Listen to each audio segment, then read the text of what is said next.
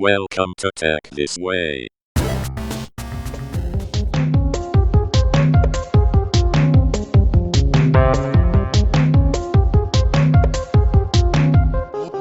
All these buildings scraping the skies, all these blessings coming from the high rise. Deities that we idolize are the source of our overflowing light. Why would he be sending a mere mortal like yourself? Surely he has angels. I can hear you quite clearly. Boleh dengar ke? Halo, apa sudah jadi? You can hear me. My problem is the cable that is connecting my interface to my headphone. The cable, either the cable sucks or the headphone jack sucks. So you cannot move. It breaks up. I cannot move. Okay, I think this should do it. I have to hold on to my ear. No. Okay. Champion. Technology. Woo! Never fails. Right? We're talking about then. It always fails. Okay. I'm ready. Are I've got you? the creepy light. Anyway, hello Taka. Anyway. Hi. Are you recording now? I am already. I've been recording since the beginning. So people are seeing all the blunders? No lah, I will cut a bit kot. But normally I don't. And can I curse? Oh yes, you can. I might slip. Okay, that's good. Fuck all this shit. Okay. Just testing it out. So I guess we can start with so you're gonna be like that lah the whole hour. Yes, I'm gonna be like this the entire time. I'll try to like aduh kesiannya. That's why. Still. Okay. Yes. Yeah, that's alright. So let's start with your name. So is this a stage name? Is that your name, or you're not gonna reveal it? Long story short, I think it's not really a long story. It is long-ish. Okay, so the short version is when I was 12, I have wait, was it 12 or 13? I think around 12-ish. I watched a lot of anime, so I was very much a Japanese mania. And I was also on MIRC. And when I was 12, and I was sexually harassed there, and I realized that, wait, I should not reveal my real name or my age. So I decided to come up with a Japanese name. I see. Then and there. I think when I was 12 or 13, around that time. So it's been... So that's the short version. That's Taka forever lah. Online persona is been Takahara Suiko for as long as since basically 2003. Yeah, since 2003. And yeah, my school friends call me by my other name lah. Also, my husband doesn't call me Taka except during a podcast because he can't reveal my real name. And yeah, that's it. I'm Taka most of the time. So let's keep that a mystery. Online. Let's keep that a mystery. Yeah. Yeah. It also separates my real life, not like real life, my macam personal life and my private life and my public persona, I guess. Yeah. Makes sense. It helps. Yeah. So itulah a bit of background then. Thanks for joining. Because I Thank you for having me. I ordered food from EFM, obviously. The box thing, right? The food delivery, the Gerai Go Digital program. And then one of their posts was this seriously funny lagu-lagu, what you want to call that? It's kind of classic, tapi it's just funny lah. So then I was like, who's this? Then I asked you, and you said, oh, this is Taka. Who's Taka? So then I told you, I started stalking, who the heck is... Then I saw your Instagram profile. And I was like, oh, she's got quite a bit of a following ni. Like, quite hebat. So I was like, what do you do? Then, then I found out about all those different songs. And then I was like, where would people go with songs? So then you also go to Patreon, and there's the links and all that. So I thought, hey, I really want to get to know you. This is so funny. Funny in a good way. I mean, not funny. Okay. It's funny in a good way. So any funny is good. Yes, yeah, these days. Right? So one of the things, I guess, a bit of background to you. Normally, podcast, I interview people and talk about technology. Like normally they are in traditionally the technology kind of environment, right? Ecosystems and all. But when I saw what you've been doing, obviously there's technology in the production itself. Then there's technology from your distribution and social media and all that. So it's cool. So normally when I do this, I normally want to find out a little bit about yourself first. So you started when you were 12, you were already on IRC. Yes, because my sister and brother was on IRC, so naturally. So if you don't mind just sharing a little bit about your background and how it led into this musical world, and especially this strange musical world that I'm not familiar with. Wait, starting with IRC or starting with the music thing? The music thing, kan? I think IRC lah. That's IRC is like IRC. Okay. Um, it's a separate path we're taking. Okay, we'll go with the IRC first. So IRC, because my sister was born in 1981, so she's an 80s kid. My brother was 87 and I'm 90. So everything that my sister does or consumes trickles down to us, the younger siblings. So bila dia join IRC at 17, I was like, what's that? It's like, oh, it's a chatting forum, you know, ada mod lah, apa ada. I forgot already the names ada, macam ada ad, like you have a important role in the group, and then my brother knows, and then my brother knows about the different servers, ada different chat rooms and shit. So I learned those things from observing them chatting online, and my brother is like a freaking tech wizard. So at 12, he was like designing his own website using HTML from scratch. I was like, way cool gila. But he's also like he has a master's in network security now, and he's working with like, I cannot say the name of the company, I think. He's very prolific and he's very good at his job. So back to the music path. I think my earliest memory of music was I was dancing to lagu Awak KRU Awas when I was 4. I was jumping on the bed. That's my earliest memory that I can think of.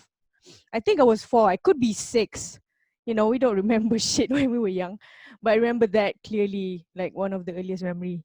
The earliest memory of me sort of like composing music was when I was standard 3. This was 1999. So back then they still had like monophonic phones, right? And my father had this Samsung, I think it was a Samsung macam dia bukan flip, tapi dia macam monophonic phone yang dia cover dia je yang flip. You know what I mean? Like half cover tu kan. The buttons are still macam I forgot lah. Yeah, so it's not full flip, but it's like if for you to press the trackpad lah, for the number pad you have to open the thing. And so my father had one of those phones, and he dalam phone tu ada this composer, like you can compose your own ringtone. That was my only instrument, because we don't have piano, and standard 3 kan tak belajar recorder lagi kan. We have to wait until standard 6 to belajar recorder. So I didn't have like any access to any other instrument except that thing. So yeah, I guess my first instrument is You were always interested in music lah, up to then I take it then. Yes, I have always been, but I was not given the opportunity, unlike some of my richer friends at school, where they say macam, oh aku balik rumah aku ada piano. Macam fuck, ada piano sial, mana nak letak kat rumah dia tu. Rumah dia besar lah, like kita rumah teres kan. So also like I have a neighbor who has piano, so sometimes when I go to a house macam, can I play your piano? And then just like press one key because I didn't know how to play. So those were just my only outlets. And then sometimes waktu raya, when we visit my friend's house, and then we visit some of the richer friends' house, and then they had piano. And the first thing that I would do is I don't salam the aunties. I immediately go to the piano and then I touch it. So, oh, bestnya ada piano. And then nampak mak diorang say, oh okay, I have salam, and then go back to the piano. I was like just so obsessed with music because I don't have this at home. This is so sad. So yeah, that, and then my first instrument, I would say, I guess my first instrument is that Samsung phone lah. In a way, I composed there. I played with it there, and my first acoustic instrument, so to speak, is the recorder. When we had to buy it and we had to learn it at school at standard 6. And after I've sort of mastered all the songs that the teacher has taught, I decided to, hey, I'm bored, I'm gonna play some Bollywood songs now on this thing. And then I sort of like got like attention from my classmates. Macam, kau boleh tak main lagu ni, lagu Kuch Kuch Hota Hai, lagu Do Itu Pagal Hai, or whatever song that was like macam in during that time. So yeah, that's my earliest memory. Did I answer your question or did I merapu? No. Yeah. Answer. Okay, then how do you? What did you do then? What I do then? My mother sent me to boarding school, Where were you? which entails is we can't bring any instrument to boarding school because it's a distraction and also haram, Ustaz kata. And well, I didn't have any other instrument other than the recorder anyway. So why would I bring a recorder to asrama? One fine day when I was 15, this was 2005, on my birthday, I was just like walking around the mall with my father and my brother. And for some reason, I've never told my family about my infatuation with piano or keyboard or anything. I've never told them. I don't think they know. But for some reason, my father went to Yamaha and then went inside and then go to the piano thing. And then I was like, oh shit, Yamaha. And then I go play around lah, obviously. And then he asked the salesperson, dia tanya macam, yang ni berapa? Dia tanya like one of the keyboards and one of the cheaper ones and macam, oh, and then borak-borak. And then he decided to buy me that keyboard. I was like, wait, what? How? What? What is happening? Maybe he does What know. is happening here? I don't know. He could be observing me from playing the composer thing on his phone. I guess. So macam sedihnya anak aku tak dapat main piano, aku belilah piano.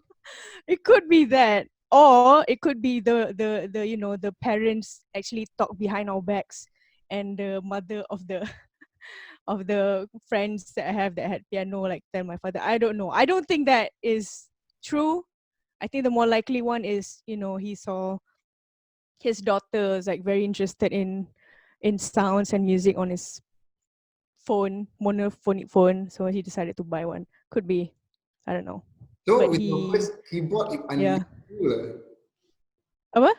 It unleashed you in the music world. Yeah, but the problem was I was in asrama, so like my birthday is in December, so he bought it for me, and I could only play it for like a month, less than a month, because I had to go to school. I had to go back to school. So why did you buy me this? Why did you torture me with this thing at home? So I was pissed lah. Apa? Every 2 weeks you can go back and play the keyboard. No, we don't go back every 2 weeks. Gila. My asrama was lower secondary. It was in Perak. Upper secondary was in Melaka. It was 2 hours away, but like why would I waste their time and my money to go back every 2 weeks? So I just like go back once a month. Yeah. Or like they would come visit sometimes macam tu lah. Yes. Okay. So again, back to the music part lah. So how did that evolve? Yes. How did that evolve? So evolve from writing to now, or? Pretty much. Okay. When I first started out, which is after SPM, I took revenge on my mother. This is hilarious.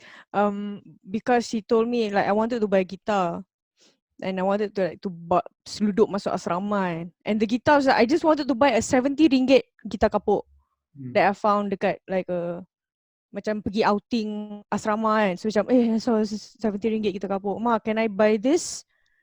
And she said macam tak payah, your keyboard is gathering dust at home. I'm like, that's not my fault. I'm in asrama. How can I play it? So because of that, because she's very good with reasonings. I love you, Ma, by the way. Um, so I decided, okay, tak apa.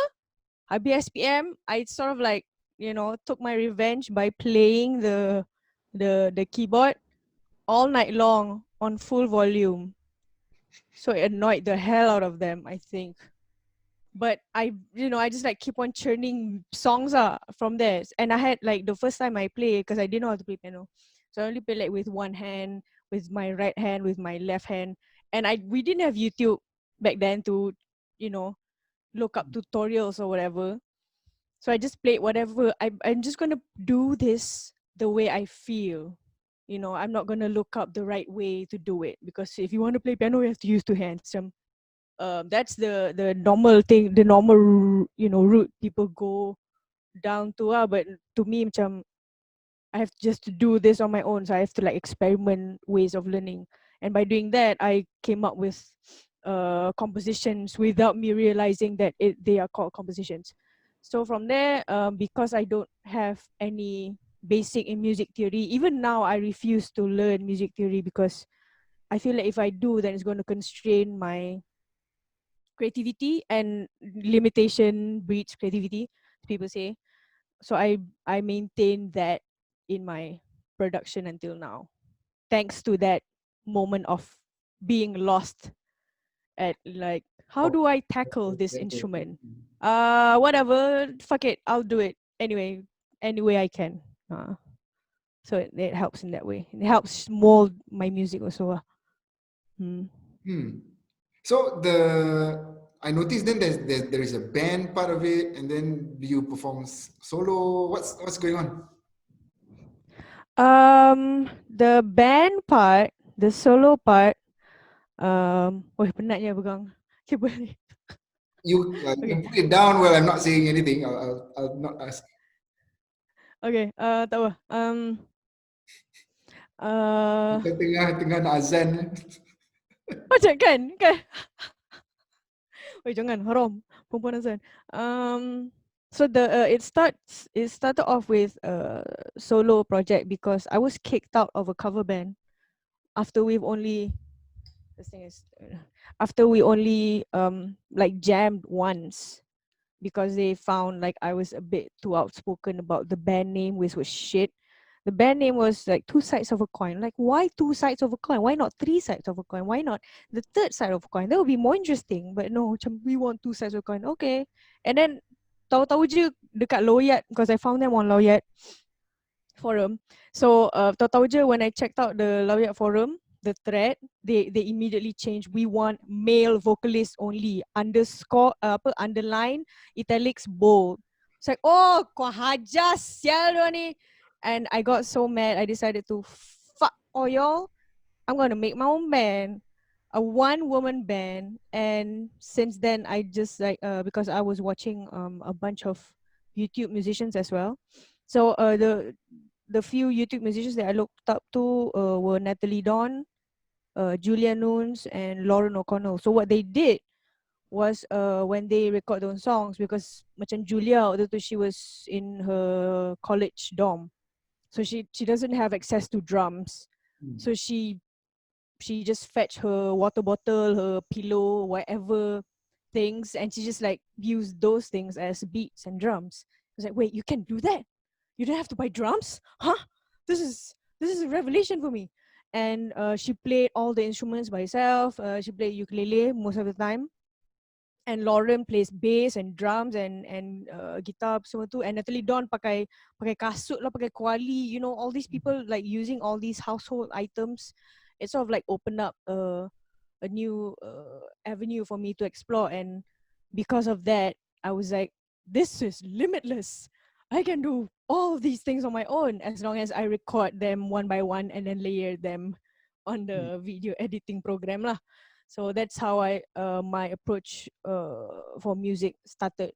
And I didn't know it was called production, because I choose the sounds that I want to be like. I feel like this bantal is not as empuk as this other bantal, so I choose this bantal instead. And that's what production is. You choose like which instrument fits the song. So yeah, from there, that molded my that sparked my intuition for producing. And after I came back from studying in Japan around 2013, I think I started like the video thing semua tu around 2010, but I was already recording songs from 2008.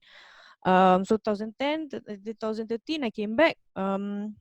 I was signed to a label, and that label like offered to produce my album. So it was supposed to, Venopian Solitude was supposed to be a solo thing. And then signed to a label, and then under label ada macam ada bandmates that is like a label band, a house band, so to speak. And while they were producing, because I never produced with anyone before that. Adalah sekali macam for the weekend recording fun, but they didn't even use clicks or metronome for recording, because that was not how I recorded. So they were like, they comply to my way of production, which was a bit difficult for the drummer because he doesn't have a beat or a click to follow, a metronome to follow. So when I produced with the label Kashigaga Entertainment, they use this thing, like a digital software, aka digital audio workstation. And then I saw, and because I was being a curious busybody penyebok punya budak, so I asked them like, ni apa, ni apa, ni apa, ni apa, what are you doing? Macam how you go, wah ada banyak instrumen, weh ada beribu-ribu instrumen dalam ni, what? And because of, my curiosity, I guess, they just like decided to give one of the licenses of the software to me, for me to like explore. And I was like, since then I never, and there's no going back. I was lost in the world of production. So if we rewind a little bit, you were saying, you were studying in Japan, or that. At that point, what were you doing with your music? When I was studying in Japan, or even before that, you were producing a lot of songs for yourselves, yeah? So what did you do? yes. What did you do with your music? Did you have a channel to push it up? Oh, I did. 2008, I think I uploaded them on my LiveJournal blog. Was it LiveJournal or Blogspot first? I think LiveJournal first. And then LiveJournal went defunct. So I moved to, there was also this website. This was pre-Spotify. This website was called The 61. So it's very community based. Imagine Facebook campur Spotify, but very community based. It's hard to say. Okay, we cannot say Facebook. Facebook is shit now. But early Facebook plus Spotify. So you can comment, like macam you can go to an artist page, and then you can tip them, and you can buy each of their songs. You can also download them for free. And then macam you leave comments on each of the song, and then they have like groups and whatnot. But it's very, if Spotify has the option to comment on songs, that would be then it would that would be the 61. So we really love, like, everyone in the who has an account in the 61 love the community, because even like the smallest artists, they will show up on the homepage. So the homepage ada macam like top 50 songs of the day or something at the end. And it's because I don't know, something about the algorithm or someone upvoting, something like that. So every artist had the chance to be in the spotlight, no matter how small you are, no matter how new you are. And that is what made the community great, because you keep on finding new music like almost every day. And it's not the kind of finding new music that makes you tiring. It's like it makes you excited that, wait, there are songs like this that macam kena dengan jiwa, those kind of things. And also, no matter how raw the production is, there's always a crowd for you. And that's what the 61 sort of like taught me, and also the other artists on the platform. And then one day they decided to overhaul the entire user interface and discarded that community-based thing, which made the website successful, and opted for the Spotify-esque approach. So macam no one can comment on the songs, and there's no apa macam spotlight in the front in the homepage anymore. So people were like so mad, they left. We all left the 61 to the point that, and then they were bleeding to the point that I think they only lasted a year or less than that with that user interface. So yeah, that was one of my happiest days, I would say, because the community there was so strong and I love them so much. It's unfortunate that I didn't maintain my contacts with them until now. It's very unfortunate, but I really love them back then. After that, I moved on to MySpace, I think. Yeah, MySpace. I uploaded the songs. And then after I see all the YouTube musicians doing it, using video, because before that I was just recording using a 50 ringgit like kenduri kahwin mic, Philips mic, dengan this software called WavePad Sound Editor. And it's not even easy to record with that thing because I was like layering audio, like I was overwriting the audio, you know what I mean?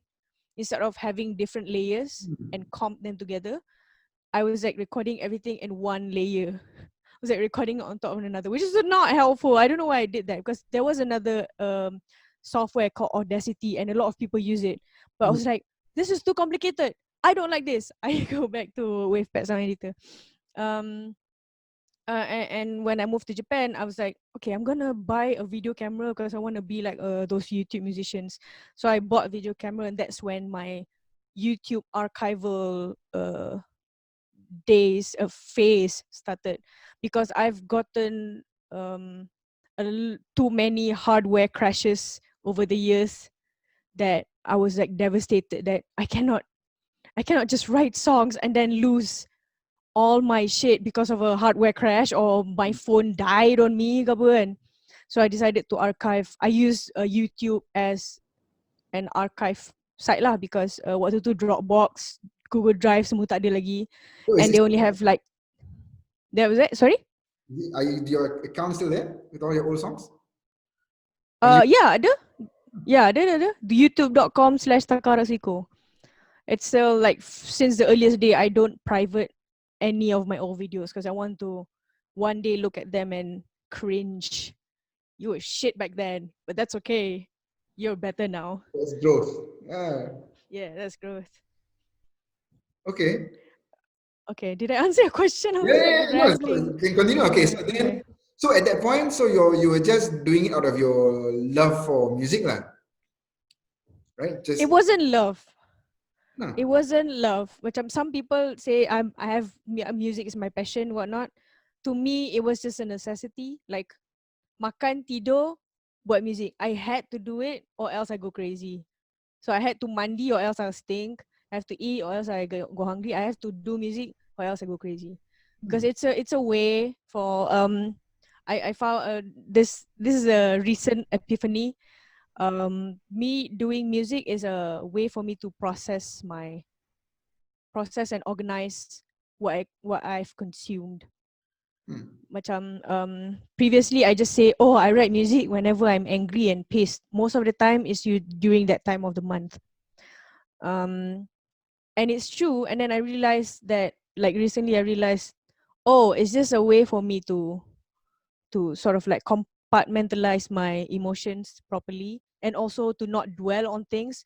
Macam especially during this PKP, there's a lot of shit going on Twitter. There's trending every day, all the bullshit that happens. And I was like, this is tiring. I need to get all these dark thoughts, organize them, and vomit them so that I can move on to other things.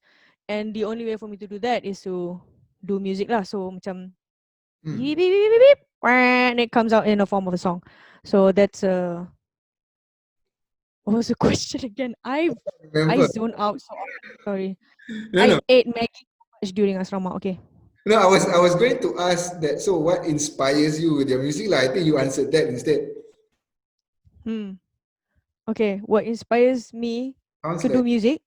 No, as in the music that you produce, lah. So it sounds like you've answered it. That it's pretty much everything that you possess on an hour to Yes. hour basis, everything just comes out. Yes. Yeah. It's like doing the number two. But Or number or one. or or number one, yeah. But or auditory wise, okay. Hmm. Mm. So the music was on YouTube for a bunch of time, for a while. Then what happened? Yes. And then because I did music when I was studying, so that's how the label found me, sort Hmm. of, because I covered one of their artists punya lagu.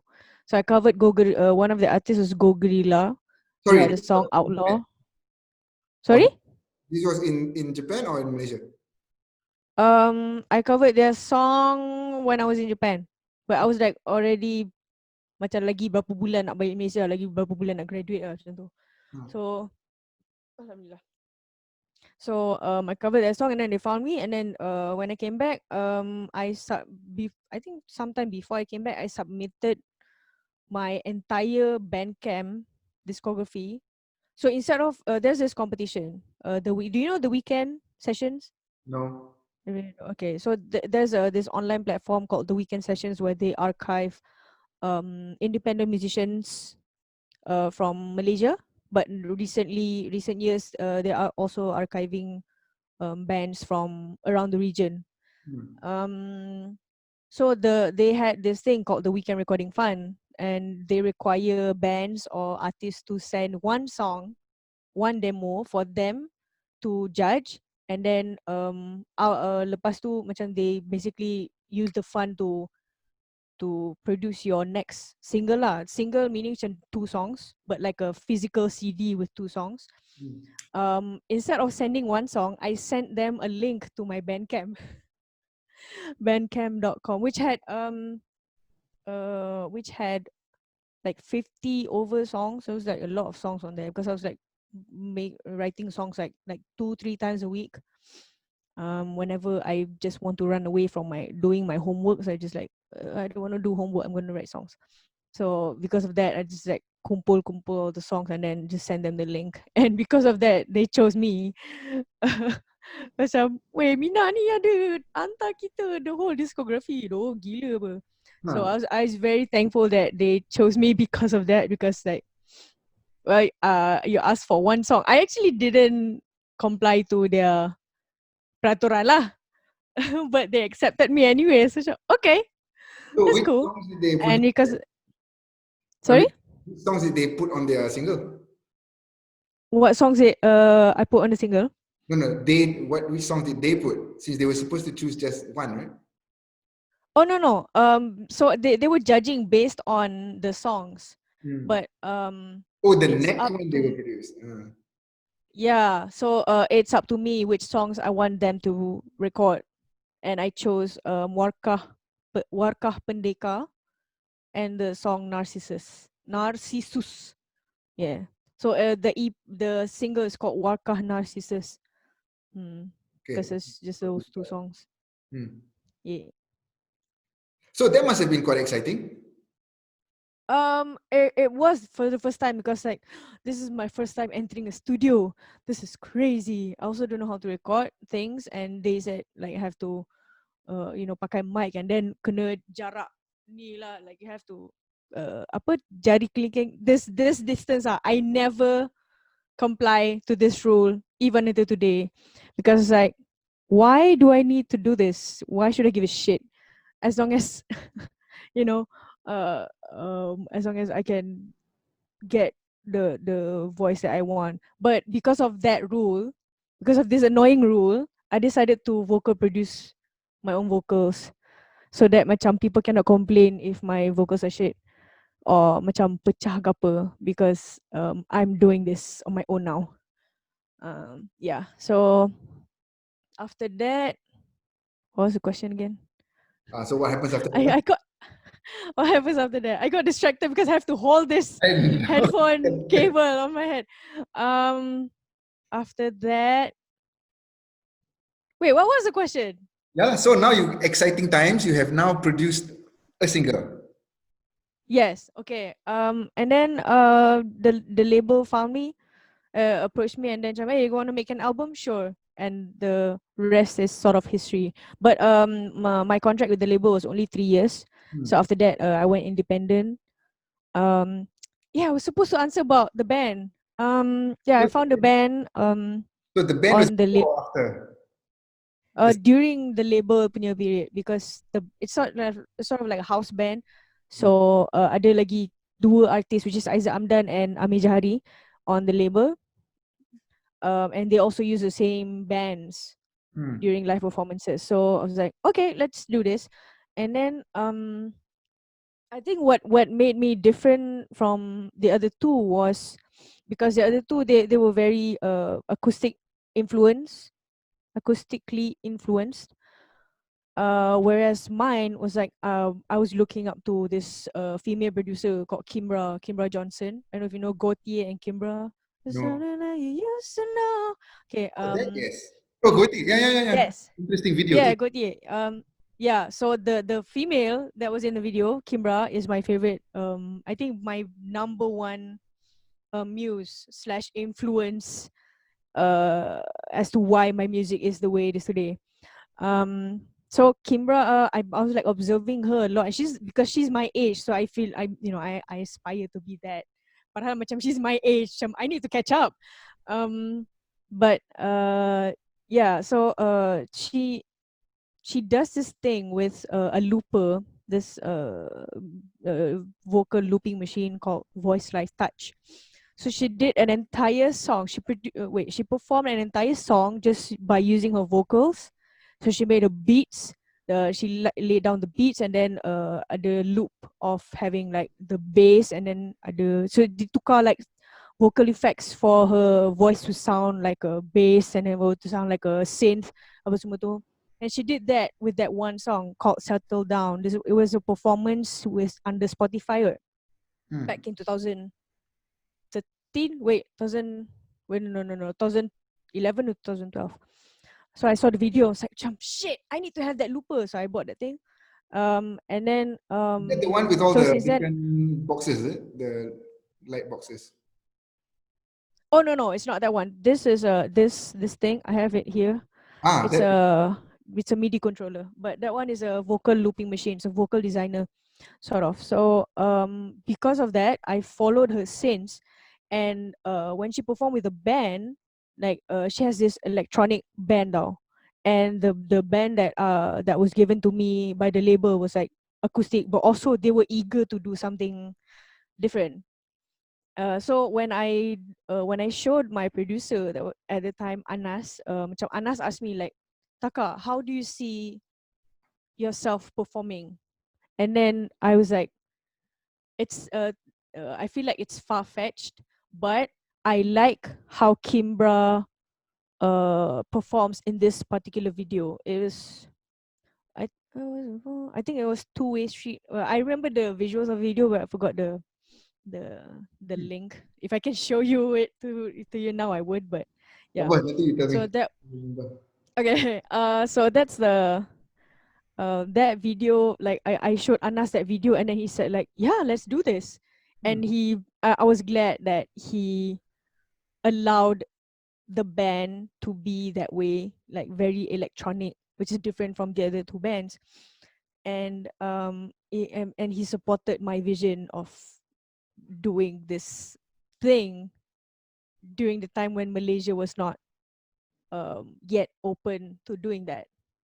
At least the mainstream side lah. And not that I give a shit, because but despite Aizat Amdan being a mainstream artist and Amijari is sort of also being a mainstream artist, and then they just allowed me to do whatever shit I want, which is like, this is crazy. This opportunity is insane in itself.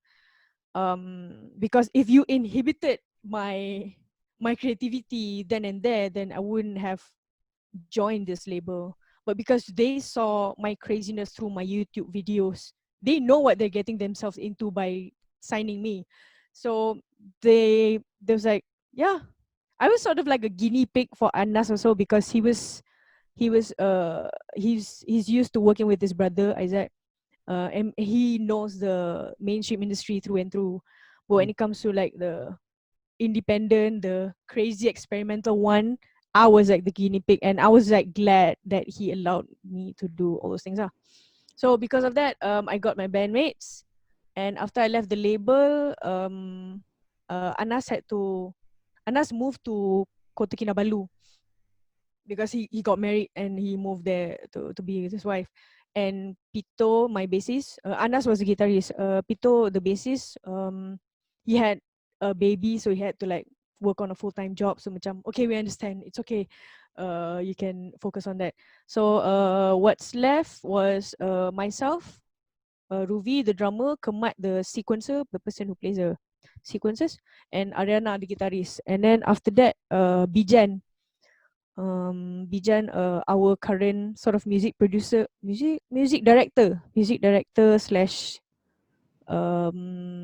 sound engineer slash friend slash, he's like the abang long of TVS now lah, sort of, because he's like because he has the knowledge in sound engineering, so he knows where the band can take themselves further. Macam Ruvi, kau kena buat ni, and then Taka, you have to do this, Kemal, you have to do this. You know, he knows what each individual needs in order to go further, and just pushing us. He's the only one who can do that. Even though I'm like the sort of like the band leader, he has the influence, because he's been with friends with most of the bandmates longer than I have. And right now, like our guitarist, our old guitarist was Kak Ariana. Now our guitarist is Irina and Izha. So even it was his idea to bring in a synth bassist, which is Adam. Adam plays piano, and he's before that, I think he doesn't play bass at all. And then when he was brought into the band, Bijan said, Ada, apa kata kau main synth bass pakai kau punya guitar. And during that time, even like, siapa main guitar though in this age? Isn't it like the very 80s thing to do? But he did it anyway, and it's like, it's so cool. It made him so cool. Having two guitars also was Bijan's idea, because macam previously we had Abang Kamal, which he had like very strong guitar presence. Macam when he plays guitar, it's sort of like everyone else tenggelam tau. So macam I was a bit concerned about that, because he's very experienced, so we had to like play catch up with him. And because of that, we like when he left, we were like, wait, how do we fill in this void? So Izha and Irina came into the picture, and like both of them playing together fills up the void of macam it has a better chemistry with all of us together, because all of us were still growing. Whereas Abang Kamal, he was so in front that we had to play catch up. So macam, you see the disparity there lah. But with Izha and Irina, it was like, this is a better fit. I feel like this is a better fit, because we are more like peers than macam senpai. We look up to Abang Kamal, so we call him senpai. Yeah, so that balance was like what I've been looking for throughout the years. And I think the current lineup is like the best I can have. Yeah, I don't think I would ask for anything else. But also, we're looking forward to having the Venopian Orchestra in the future, because before this, I joked like, hey, we add a new band member every year. Now we have 7 of us. I think by the time 10 years in the future, we might have an orchestra instead. It's not Solitude anymore. You cannot call it Solitude. It's an orchestra. So yeah, I'm looking forward to that day. Although I'm not sure like financially how we can cope with having 20 band members. But yeah, I hope we're rich enough to get there. It's almost like the K-pop bands but with instruments. Oh yeah. And also we don't dance. So that's we are not fit enough. Yeah. We don't have that kind of stamina. So what's the relationship between the post on your Instagram and your music as a whole? Because those are like snippets, kan? Did you see the IGTV videos, or just like the short? Not just the short ones. I keep missing the IGTV stuff. It's like 10 p.m. and all that. I tak tangkap. 10 p.m. There was like some sessions that's supposed to be, at 10 p.m. tonight there's going to be something and then whatever. Oh no, that's IG live. Tu tak ada kaitan. Okay, so it's just the Ni IG. yang No. IGTV is like some of the videos on the platform that is longer than 1 minute. I shall That's do. it. Oh, the one that you said Yes. continue watching kan? Yeah. What was the question again? Sorry. Can't remember. So your platform lah. So now is it more IG that you push your music up? I cannot deny that Instagram is a platform that helps get the music out. Not just Instagram. I think Instagram compared to Twitter, I prefer Twitter because Twitter it involves people retweeting things to their following. Whereas Instagram is you have to follow that person in order to get the update, right? Where kalau Twitter macam even if you don't follow that person because someone you know follows that person and then your friend retweets that thing and then you see it, then you get macam, oh, I should like check out this person, or walaupun tak follow you still get the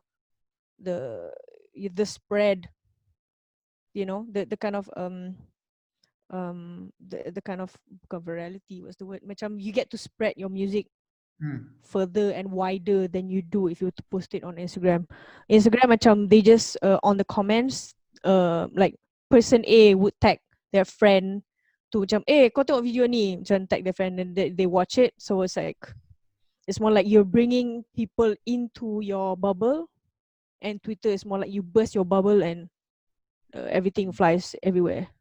So I definitely prefer for the purpose of spreading the music, I prefer Twitter, but both of them works the same. And I just upload my music wherever that is free. So macam YouTube, Bandcamp, I also upload on Spotify using a aggregator called DistroKid. So DistroKid will upload all the music on these other streaming platforms such as Deezer, Spotify, Apple Music, Joox, TikTok even. So yeah, it's up to the people whether or not they reach that up. But it's better to have your hands on a lot of, it's better for you to cover as much ground as possible than just to stick to one platform. I think that's a given. So you said after you were with the label, now you're not anymore lah. So you're independent. Yes. So for an aspiring musician, is that a path now? You no longer need to get yourself tied to a label. You can pretty much push your music out by yourselves, kan? Sounds like. Yes and no. I think the difference about being on your own, because I try to observe this, like which method works the best with our music, our kind of music, and no two artists is like the same, can use the same methods, even like in the entire world. So macam you can't find another artist that can, whose method works with yours. It's a separation between about needing a label. It's separation between macam if you were approached by a local label, I'm just going to be honest, the local label in Malaysia, there are some like even the big labels that has international connections, they don't use their connections. Macam contoh like Sony or Warner, like Warner or Sony Malaysia doesn't use their connection to send Malaysian artists elsewhere. And I feel like that's unfortunate because you have the connection of an international label. Why don't you use this? Why don't you utilize this? I think you have the revenue, the capital to do so, but you don't. And I feel like that's unfortunate. And a lot of artists or people that I adore, sort of macam, you have great musical potential, but you were signed under this label, which is good. Unfortunately, the label does not want you to go further, and that is sad because macam they had to like, okay, in order for you to survive in Malaysia, you have to do music like this. Macam, yes, but you signed them because of their unique potential, which can go further than this country's border, but you don't use that. and I find that sad. Unless macam contoh lah Yuna, we always go back to Yuna. Yuna was signed to an international label, and because of that, even in Malaysia, I noticed this. Even radio era or Hot FM yang main lagu that only plays English songs that are not by local artists, they start playing Yuna's song because she's international now. And I feel like that is a sad fact because macam, wait, you're a first you pride yourself as a local radio and you only play like Malay songs. Why can't you play the songs that are performed by the artists in other languages as well? You know, and I find that a bit disappointing because macam, dog, you guys have a huge market and you don't help us here. You help the bigger artists out there to play their English songs on your Malay radio, but you don't help the Malaysian artist who plays English songs. Macam, what is that? So yeah, Yuna sort of like, I guess she got tired of it because she can't even play her English songs here because people keep on asking Malay songs. She had to go out and then sign to a label, and then because of that, people come back. People like took her back because she was famous out there. And I just found out about this thing called tall poppy syndrome or small poppy syndrome. Yes. That's the problem with Malaysians, or probably I don't know if it's an Asian thing or Malaysian thing, but yeah, that syndrome lah, that tall poppy syndrome. And because of Yuna, because she cannot leave us.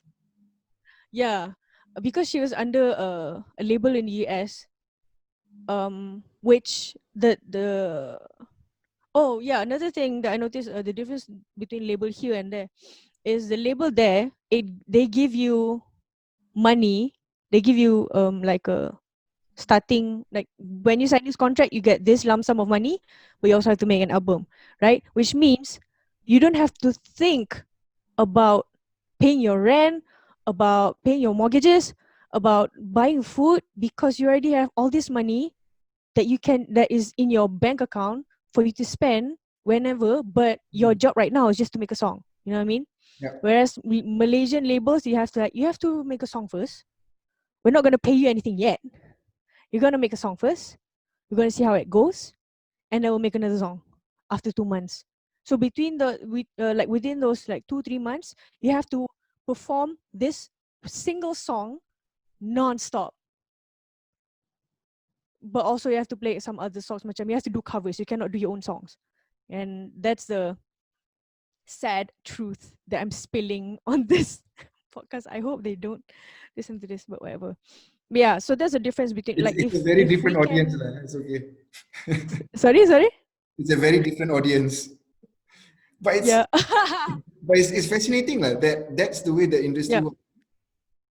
Yeah, like if only the labels here pay the artists that they sign for us to at least survive on the daily, at least, then we have no problem with producing songs. Even right now, we don't have problems with producing songs. We have problem with maintaining our daily lives. Like, we need money. Like, give us money. This music thing is not it's not like you do your job 1 month and then you get money. No, like even that 1 month also, like you're not sure whether or not this thing will sustain you. So yeah, that's a huge difference between being signed to a label and yes, you can do all those things on your own, but you can only go so far on your own, because you still need the connections. And labels, fortunately or unfortunately, I guess, they have the connections because that's their job. Their job is to distribute, their job is to market, their job is to do PR. Whereas artists just you just do your music, you don't have to think about those PR things. So if you're being independent, you have to allocate some time to think about PR, to think about marketing, to think about what's your next move, how it should be. Does it fit into the current climate? Is your song time sensitive? So you have to think about those things on your own. And yeah, there's some pros and cons in being signed to a label slash distributing all those things on your own. But if I were to like recommend to new artists, like, would you sign to a label, I would recommend them to sign to the label at least 1 year. And what you should do there is to observe everyone in there, what they're doing, how are they doing things. And that's how you get your connections as well, because macam labels is how you get to events, and that's how you get to know people. And so during my 3 years ish with the previous label, I learned that I have to register my own songs at the Malaysian royalty collecting body, and I have to do this, I have to do that. And if I weren't signed to a label, I wouldn't learn about those things, I wouldn't know. And I think it's important. I think it's the only way for us to know, because there's no textbook to tell us macam, hey, you have to sign this, you have to sign that. Even like the syllabus, the university syllabus in Malaysia does not cover those things, unfortunately. Because I feel like you should learn all those things, even if you're a sessionist pun, macam I'm just going to learn hone my guitar skills in this university. No, you have to learn about these things, because you don't know when you're gonna start writing songs and start, you know, making money off of them. Yeah. So Wow. would those platforms like Patreon and SoundCloud and all that, I guess, can Yes. you make a living out of it on those platforms?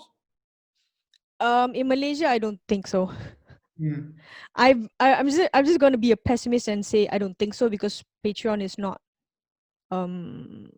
dia macam it doesn't put the price in ringgit Malaysia, so macam I think it's tougher for people to Mm. put $1, which is 4 ringgit, instead of putting 1 ringgit. You know what I mean? Yeah. So if people like patronize, quote unquote patronize me with only 1 ringgit a month, I think like people would be okay with that, Mm. because macam, oh, RM1 je, and she can write all these songs. And it's with Patreon you play with volume and not Yeah. Price of per the song. Mm. the price of the thing. Mm. And because of that, it's a bit unfortunate that it's not like community based yet. It's not you don't allow it to be in ringgit Malaysia just yet lah, not right now. But from there I do get support from people, where macam you can subscribe, you can macam be a patron for like for $3, you $3 per creation. So every time Fiona makes a song, you will pay her $3. But Mm. there's also a limit, like a monthly limit. So macam I don't want to exceed my budget, so I'm just going to put a monthly limit of 2 creations, or like $6 per month. So no matter, even if I put out 20 songs a month, I still get paid $6, which is fine. I'm okay with that, because even them, being my patron already is a like, what are you doing with your money? Like, don't give it to me. Go give it to someone who needs it more. But because they want to support, Yeah. and I cannot say no to that. So I cannot macam disregard that Mm. effort. But I always feel that, like, at any point of time, whenever people spend money on me, macam, why would you do this? Go donate elsewhere. But thank you so much for for buying my music. Wouldn't say Thank you anyway. no. But go donate. Sorry. Yeah, you wouldn't say Yeah. no. So But, yeah, I wouldn't say no, but yes, thank you. But yeah, dia macam that confliction is like it persists in me all these years still. huh, Yeah. good lah. Okay. So what are the plans in the future then? I mean, we're coming to the hour. I don't want to take too much of your time. Oh Um, no, it's okay. what's I'm enjoying next this. for Suiko? For in the future, right now, I'm just doing spring cleaning in my house. I just want to I want to continue spring clean. I don't want to do music anymore. I'm tired. Um, yeah, I'm taking a break from doing music right now, to be honest, because after last month, I was just like, because I was like writing almost every day, and every day I keep on encountering all these ridiculous stories that comes out from people's mouths and brains, and why are you so stupid that I have to make a song about you? So I'm tired of that. I just want to rest. And right now I'm still resting, also because I'm watching an anime now, so I want to finish watching it. Yeah, so what's in the pipeline for me is I need to sort of habiskan my project. I started this project called 25, which is about 25 prophets. I was supposed to write a song every day throughout Ramadan for each prophet, but Hmm. I gave up after a week No, actually, because I was like, I wanted to ask you about that. There was like on Nabi Hud uh, and no, yeah. that was quite cool. So So what was that about? Is it because of Ramadan or? one, because it's Ramadan, and it's like macam I want to approach the cliche for the first time, which is the cliche is to do good during Ramadan. I'm not gonna say I don't do good previously. I just like don't give a shit. But this time it's like, okay, I'll try to give positive vibes during this month. Um Instead of, focusing on all these negativities and all these stupid articles on Twitter that are trending. I'm gonna do that instead. So I embarked on that journey, and within the first week, there was an announcement on the fourth about the 4th of May. I don't know if you guys remember. It's about the PKPB. It was 3 days before PKPB. I was like, fucker. Kau tak fikir ke? People have to do all these, SOPs over the weekend. Don't you think about those things? At least give us a week or 2 weeks. So I was like, so mad. I wrote a song about 4th of May. And Yeah. then because of that, there were some comments on my Instagram that says macam, you have gotten a bit sarcastic lately. I was like, macam no. I've always been sarcastic. It's just that this time I use direct language. I don't use metaphors. And you guys read through it easily. Previously, I use metaphors. That's the difference. You just don't notice that difference. And because of that, because I got that comment, I feel like macam okay, I think I should reassess myself. And because of that, I just stopped. I don't even want to continue the 25 or so because it's like, this is draining. And also at the same time, um, musically, I was focusing on finishing the song more than um thinking what's best for the song. You get what I mean? Hmm. Macam, A task lah. okay, it's a task. It's become a task that I don't want it to become a task. I want it to be something experimental, something that I can play around with. Walaupun sebenarnya the first 5 songs of the 25 Rasul tu, it was actually out of my norm pun. It's not something that I would usually do. I was still experimenting, but at the same time, because I feel like it was a task, I decided to step back and just stop. Basically, I'm just stepping back, indefinitely for now. And until I get my spring cleaning done, probably. But yeah, I do want to get back on the project, and I do want to complete it, but not during this Ramadan. Obviously, it's crazy Hmm. to catch Hmm. up on like 20 other songs. But yeah, I want to get it done so that I can put out at least during this PKPB, like I want to get it done. Because I already have like 16 songs with the about PKP. So that's enough for an album, sort of. Yeah. Yeah, because people say macam, Taka, we want an album, a PKP album. Macam, ni lagu-lagu ni beli lah. Tak nak minta album apa, sama je beli lagu-lagu ni sekarang. So, yeah. No, because the stuff on the Rasul, I hope you do get back to it because they're really good. And it's almost Oh, like thank you. this is like a nasheed like never before. You know? Yes. So I want Someone told me that. Someone said like someone even give me a nickname, Viona, because I use my moniker Viona. Viona Sheet. I cool. was like, I that's a cool hashtag. I'm gonna use that. So because yeah, I I was just sending it out to my other colleagues and then my kids. Can say, hey, you got to listen to this. It's like pasal apa ni? So, ni pasal Nabi Hud. It's like first you dah nasyid, and then when they hear it, it's like whoa, this is really. In fact, it's not just about the content. It's because you leave it. It's enough. It's vague enough for those who are not so learned lah, kan? When you hear what you sing, you say, hey, what is that about? obviously like Nabino is popular lah kan. But for the others, what are they talking about? Proof of what? Then that curiosity led them to go and search more about it. Oh. You know what I mean? So it's kind of it's it's so brief yet like I said lah, for some of us who are not so learned about it, it's like, pasal apa ni ya? So then it creates that curiosity out of that song. And because it's not nasyid, no kompang and all that, so it was like this is so I do hope you get back to it because it's really cool. It's really good. Yeah, I really want to get back to it. Thank you for letting me know about that, because I was like a bit down because it was not doing as great as my other PKP songs.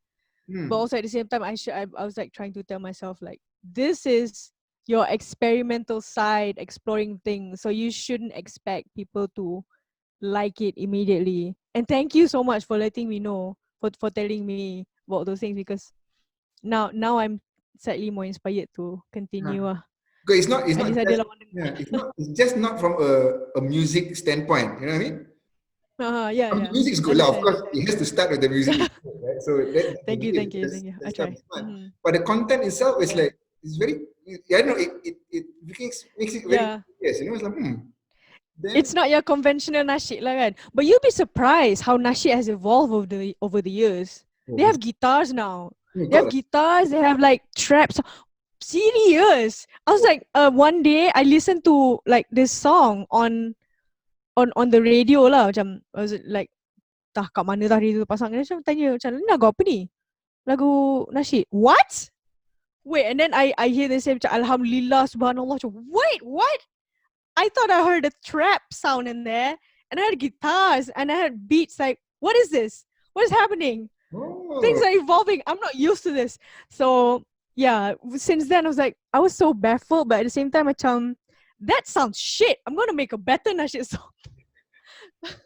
So that's like sort of like inspired me subconsciously. Okay, cool. It was great. Anyway, yeah. So hopefully, do get back to it. Yes, thank you for inspiring me again. Yes. Thank you. I will put back my spring cleaning. I will put aside my spring cleaning and get back to the nasyid. Yeah. Okay lah. Anyways, thank you very much for the time. Thank you so much. Sorry if I was like ranting so much. I haven't talked to another human in a while, except for my husband. It's been a while. I think it's the same. Okay. I actually sneaked into the office today, so Oh, okay. Yeah. Okay lah. So hopefully we'll catch up again. Whenever if you guys start. Yes. I'm okay. Is it okay for me to copy paste some of the music that you have into the Yes, podcast? absolutely. Yeah. If you need anything, just let me know. Takut nanti label Sumi pula kena lagu-lagu ni. No, we don't have a label. Okay, so it's okay. Yeah. Okay, Taka. Okay, thank you. Selamat Hari Raya. Okay. Selamat Hari Raya, you too. Yeah. Okay, bye. Bye.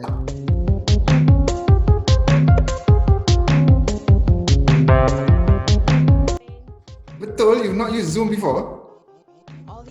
No, yeah. Sure.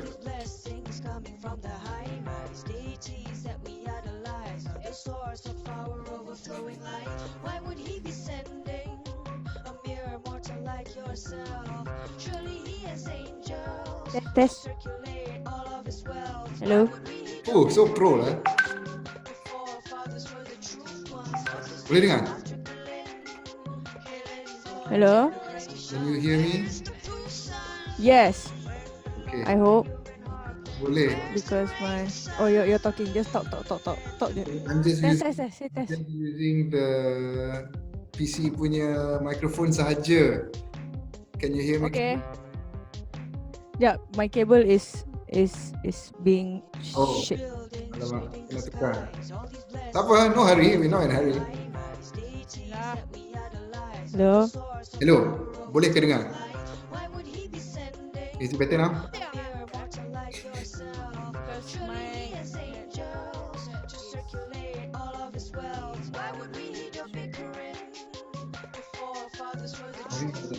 Yeah, I've got a call. Where's the proof, son?